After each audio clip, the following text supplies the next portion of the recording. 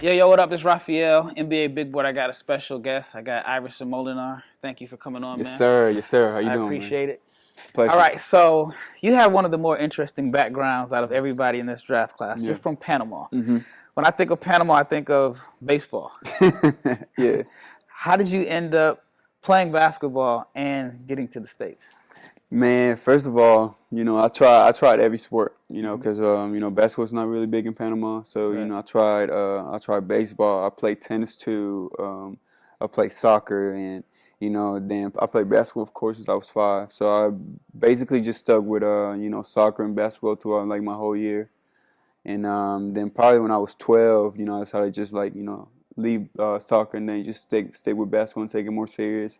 That's when I started going to high school. I went to high school for 1 year, and my school was the basketball school, so I went there and started playing basketball the whole time. So, um, my family did a good job too. My family, my parents, my dad is a basketball fan, like, Okay. a real big fan. That's where Iverson comes from because he Right. was a fan of Iverson. Yeah.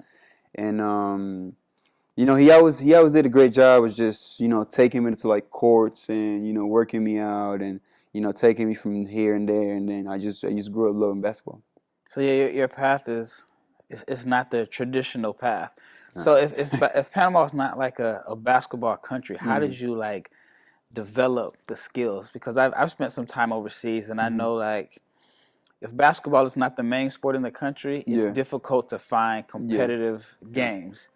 Well, my dad, we actually had a court, but like the court it wasn't like a hardwood. It was like a like an actual floor, like it was the Okay. actual concrete actually. Yeah. And it's like 3 or 4 minutes walking from my house. Hmm. So it was in the neighborhood. So we always went there and worked out and that was basically it. My dad I was around with a basketball. And when I told you I went to high school and and then started playing basketball. So I feel like I had the right people and the right places to go and play basketball. Gotcha. hmm So I'll get back to your background a little bit, hmm but how does it feel, man? You're preparing for the NBA draft. Has it hit you yet that you're here? Look, yes and no. Like, not sometimes like it really hit me like, man, like I'm really, chasing my dream. I'm working Hmm. out. I'm working out with Penny, Bonzi, Rasheed, Wallace. Like, Yep. who would have thought that, Kim coming from Panama. I didn't even think about that, Hmm. coming my first year from Panama. Like, I feel like it's a blessing. It hits me now and then, but sometimes, I'm just so locked in the work that, I sometimes forget to like remind myself that I come from Panama and Yep. not a lot of people from Panama did it. Yep. I know. I mean, I can relate in my own story of you're so focused on what's next that sometimes you forget to appreciate hmm the moment. Yeah. And so, hmm um, I could imagine. Every kid dreams of being in the NBA, Yeah. being in this position that you're in, hmm and you're close. hmm And so, you had not couple, but you had good years at Mississippi State. Yep. I feel like you still are kind of under the radar in a sense. Mm. And I mean, like for me, I didn't really pay attention to you until last year. Yeah. That's when I paid attention to your game, hmm and I'm a fan, man. I like how I like to describe you as sneaky athletic. So when I first watched Yeah. you play, your game isn't based off of being athletic, Yeah. Yeah. but then it's like you'll make a couple plays, and I'm like, I gotta rewind that. Did he really just finish on that? So Yeah. Yeah. describe like your college career, how you got to this point. It's been a journey, man. I feel like I was just one of the players that was gym rats. I was in the gym every day. I picked up the pieces of everything my coaches had to say, and just little by little, I improve 1% every day, and I still got a lot to improve, but and then I'm willing to take that. I'm willing to take the challenge on what I got to learn, what I got to get better, and then perfect it. Not just learn something and just add to my bag, but I want to learn something and master it. So um, yeah, my college career was crazy. For my freshman year, not starting, I started the first couple games, and then by the end of the season, I didn't start.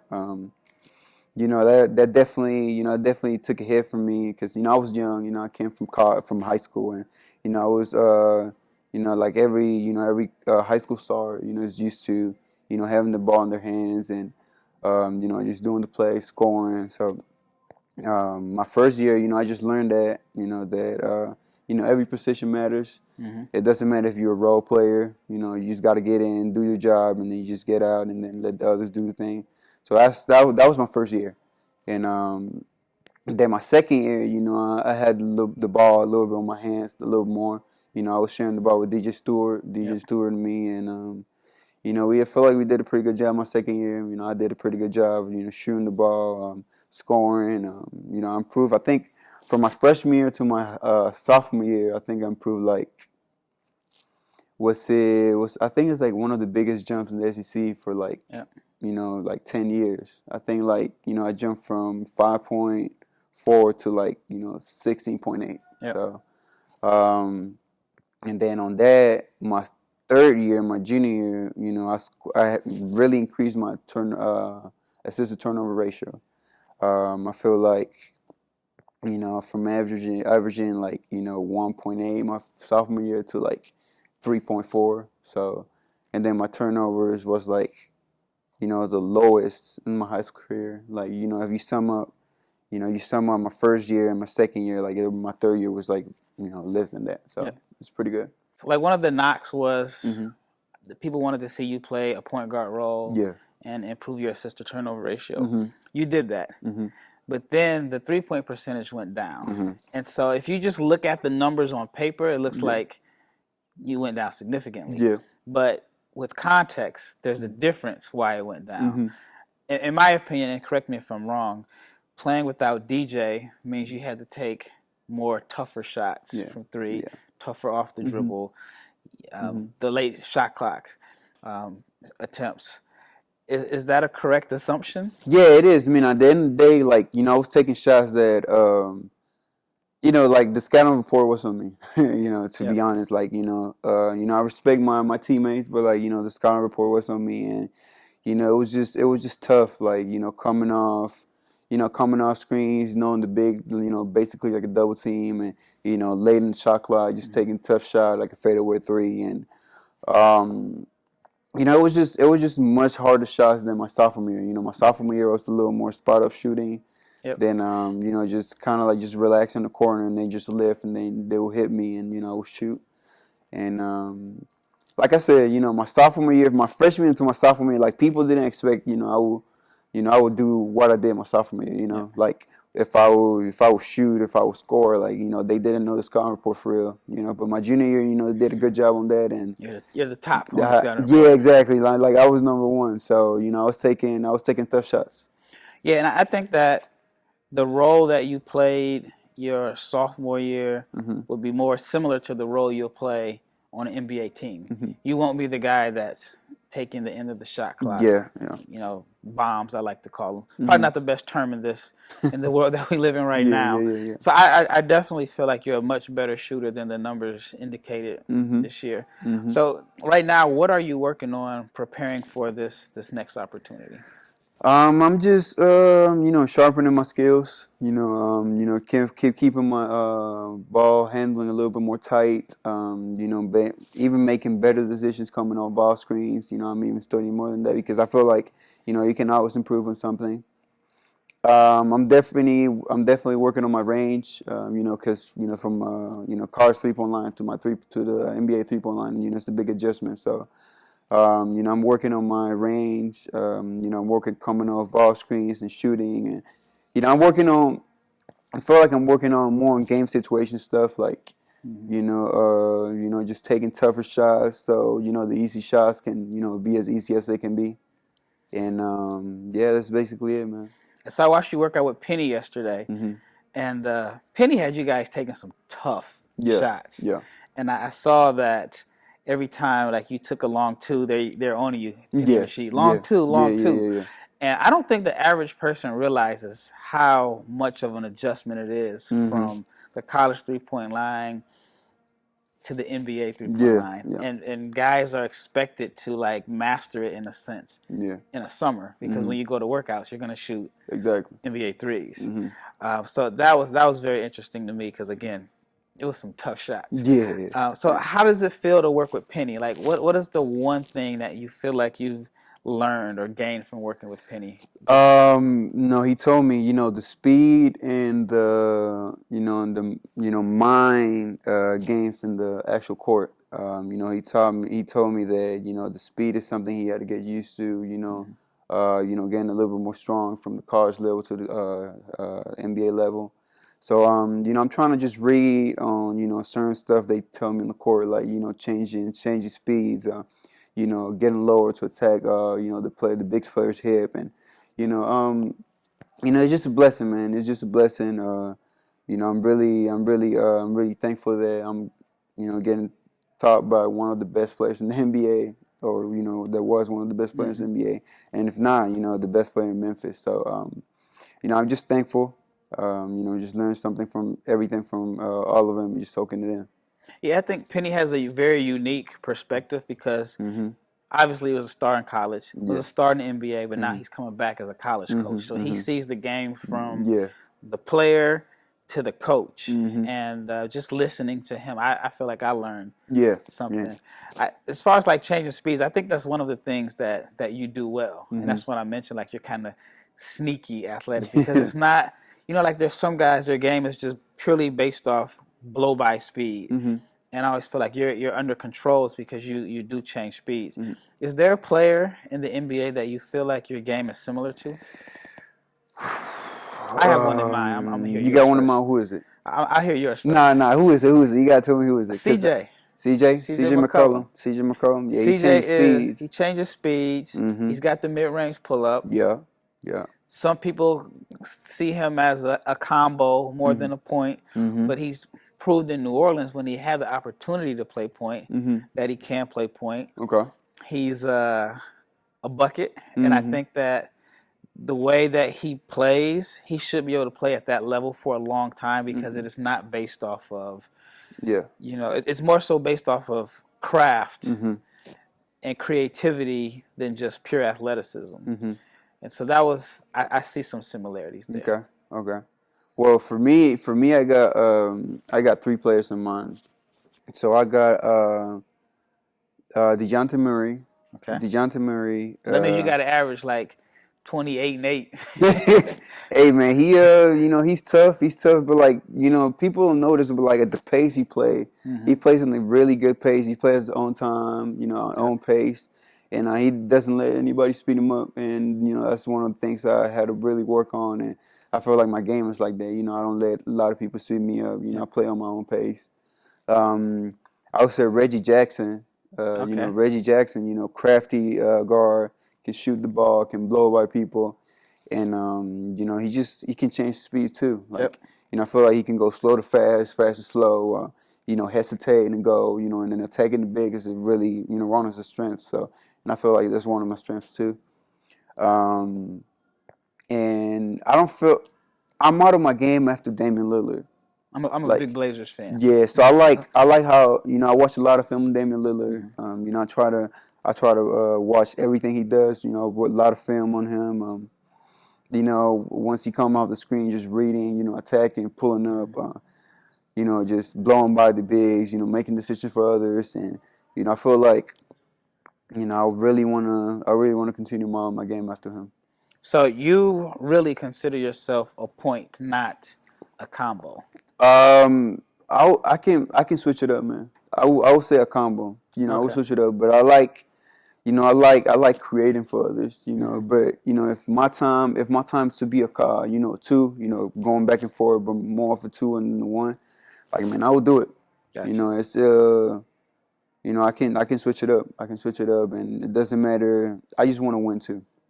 I just want to do anything for a team to win, and get into the next level in the playoff, because that's all I want to do in college. I want to get to the NCAA tournament, but unfortunately I couldn't. But that's all I want to do, win. It kind of leads into my next question. I'm the owner of an NBA team. Why should I select you over all the guys that are in the draft? What do you bring to the table? Because I'm gonna bring the energy, I'm gonna bring the toughness, and I'm gonna bring whatever it takes. Like I told you, to win. You know, that's something I die for. You know, I'm a winner, man. I'm a winner. You know, I hate losing. You know, I feel like I would do anything, man. You know, if y'all need me to dive on the floor, I would dive on the floor. If y'all need me to get 10 rebounds, I would get 10 rebounds. And you know, like I told you, I would just do anything for a team to win. And on inside them lanes, man, the lines, you know, I'm a different dude. I'm a seem like a nice guy outside the court, but you know, inside them lines, you know, it's a different mentality for me. You know, I will hustle, play defense, you know, do whatever it takes. Yeah, and I imagine a lot of that comes from probably your background in Panama, especially coming to the States. Yeah. Because I had to prove yourself. Yeah, I had to prove myself a lot. You know, basically my first year was really tough. You know, like you know, a kid from Panama, you know, that barely spoke English. You know, it was just a hard transition, and you know, all I had to do was just play as hard as I could. You know, harder than my other teammates. So, you know, fortunately, you know, I got the starting spot because I didn't start. And, you know, probably like by the middle of the season, you know, I started because, you know, I kept going. I kept putting in the work. You know, I was restless, man. You know, I was just going every day, getting extra shots, watching film since I was 15.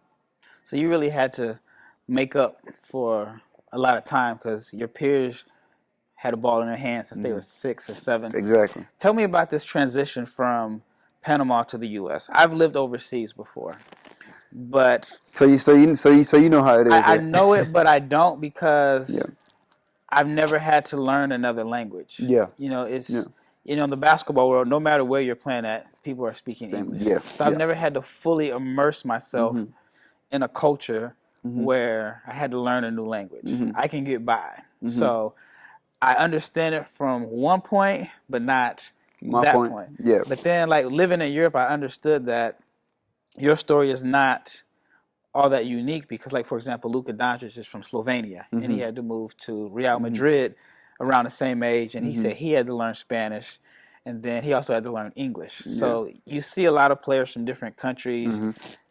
when they're teenagers moving to other countries for basketball purposes.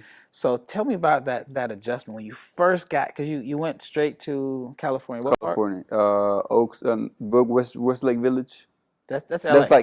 That's not LA. That's not like the city downtown, but like let's say like 20-some minutes from downtown. That's like on the nice little area. Yep, I'm familiar. I used to live in LA for a little bit. So how was that adjustment?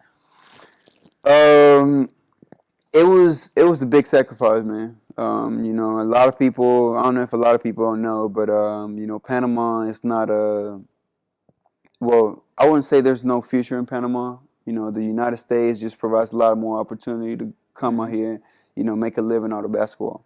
And the education out here is way better than, you know, in Panama. So I feel like my transition was tough, man, because, you know, I barely spoke English.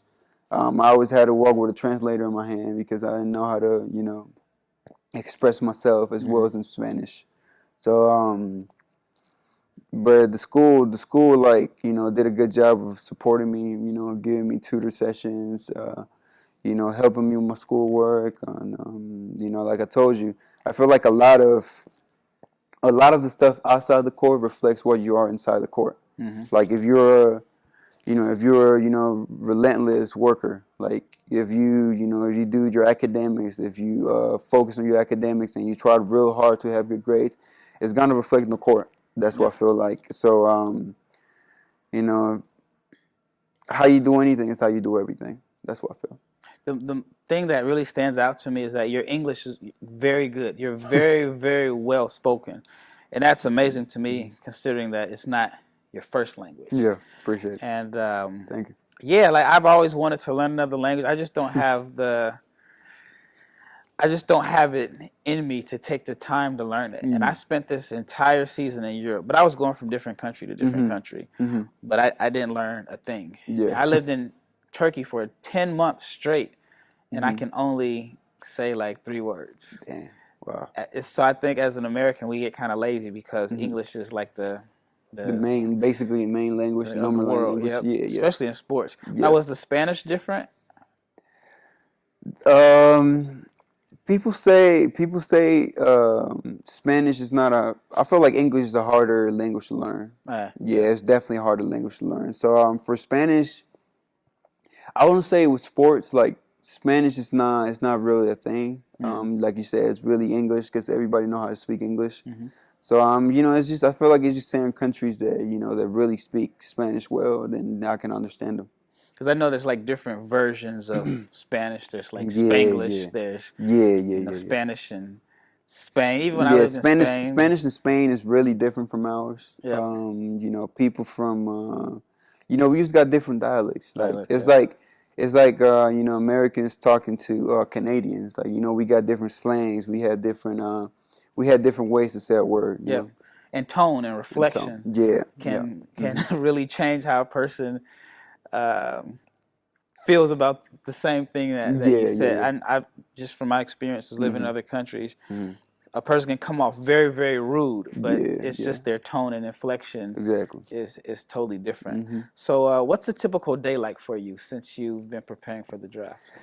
So I wake up around, so today, this is what I did today. I woke up around 8:15. Got ready, left the hotel at 8:45, and came out here. Got some extra shots before the workout. Got some extra shots with my uncle before he left back to San Diego. And then the workout started at 10 with Penny, Rasheed, and other coaches, and we started working out. We worked out for like an hour and a half. Then after that I usually go back to the hotel, get something to eat, and after getting something to eat I would just rest, and then I would go lift at 2:30. And then from 2:30 to like 4. Yeah, 2:30 to 4, and then after that I'll go back to the hotel, get some rest. If I gotta do homework, I still do homework because I'm still in school. I'm still finishing with my school. Go back to the hotel, do homework, and then at 6 I will go again with Bonzi, Wilson, Rasheed. And then after that, I just got the night for myself. Because we usually go for like an hour 15 at night. Yeah, so you don't finish. I was there, a couple of days ago. You guys don't finish till, you probably don't get back to your room until, 8:30? 8:30, 8. Long day. Yes. And the fact that you're still in school makes it even longer. Yeah. So, all right, here's a funny story. I'm from Nebraska. Okay. Born and raised. All right. Right? I went to college in Mississippi. Okay. I went to Jackson State. Okay. So it was an adjustment for me. Yeah. Coming in from the United States as an American. Yeah. How was that adjustment going from California to Mississippi? Oh, man. And at least I was in Jackson. So I was in it wasn't a college town in a sense. I was in like the biggest city. Exactly. How was that? It was a big adjustment. It was a really big adjustment because, I come from the city. I always come from the city, Panama City, San Diego, California. It's just a whole different vibe. Like, the language. I feel like they speak They got their own dialect. Yeah. And I had a hard time like my first month trying to understand people. Me too. And especially because I come from Panama too. So I was really just kind of used to basic English. Like their English is really country. They don't finish up their words. They be really low with it. Yeah. And the area too. It was a big school, but there was not a lot of stuff to do out there. We just got 2 Walmarts. We don't have a mall, so. I've been to Starkville once. Yeah. I tell you, like one of the first things, and maybe it's different. One of the first things when you're talking about they just kind of cut off the word, and I'm not bashing Mississippi. They say, "Man, we going to the calf." To the calf, yeah. The calf. They don't say cafeteria. Yeah. I can't find a park. Like a park. Can't find a parking spot. Yeah, parking spot. Yeah. It was some other words. I haven't been. Car. They say car different. They say laundry different. Car. Laundry. Oh man, it's a lot. It's a lot. Those were the best. I was in school 5 years. I was a super senior. But those are like the best 5 years of my life. I really, really enjoyed my time in Mississippi. The people there are very accommodating. Yeah.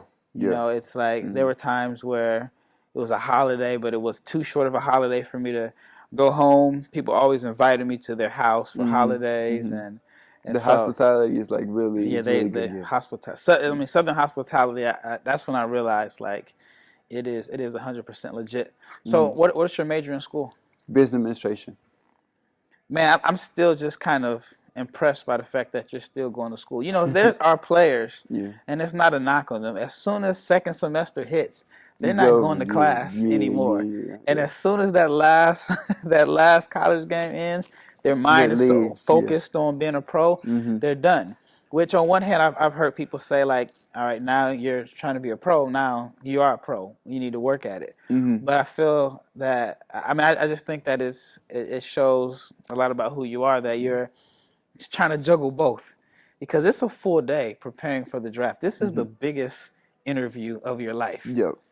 And you're still, you know, working on your homework. And I mean, to me, that's tough to try to juggle two things, because you're gonna make more money as a basketball player than the most people will with their degree. So that speaks a lot about your character. When you make it to the NBA, what is that going to mean to you, your family, and your country?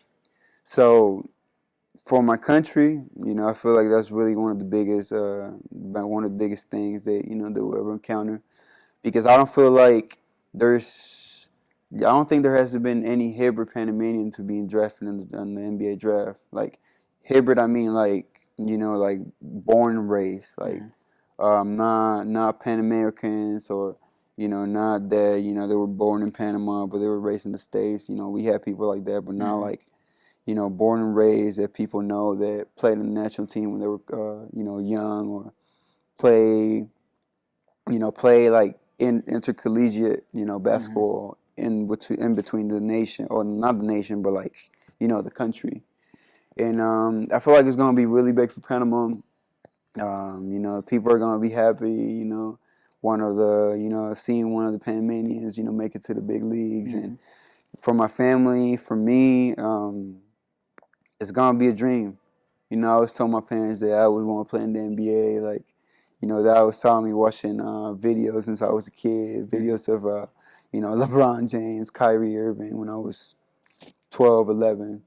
So it's gonna be a huge opportunity for me. A huge opportunity for me to challenge myself, you know, to prove people wrong, and, you know, just to show people what I can do on and off the court. And you know, I'm just ready, man. I'm just ready. Are you doing anything with the national team? Do you have any national team duties? There's supposed to be one in June, in the middle of June. So probably after draft day, you know, go and you know, play for them, and because it's at a window of, you know, 2 to 3 days, so it's not a long window. And you know, I would definitely love to represent my country. Yeah, and last time I represented them was like 2017 to 2018. We went to Uruguay, and we played Uruguay. We played the United States. We played, I think, and we did play Argentina as well. So, you know, I'm excited. Which event was that? Which event was that? It was Central American Cup or something. Okay. Was it a FIBA U18s or U? No, it was the older dudes, like the big national team. The big national team. Yeah, I started playing with them since I was like 16, 17. Okay. And, you didn't do the juniors. I did the juniors, you know, but I was 14. I was 14, 13, and. All right, man. Well, thanks for coming on, man. I really appreciate it, man. I left this interview really impressed. I feel like I got a chance to know you a little bit more outside of, you know, what I've read and what I've watched. Yeah. Your story is definitely unique, coming from a different country, having to learn a new language, having to catch up. And I mean, basketball, I imagine, is totally different. Yeah. And then here you are, you know, you're in position to live out your dreams. So, man, I'm rooting for you. Appreciate it. All right, this is Rafael Barlowe. This is Iverson Molinar, and we're out. Yes, sir.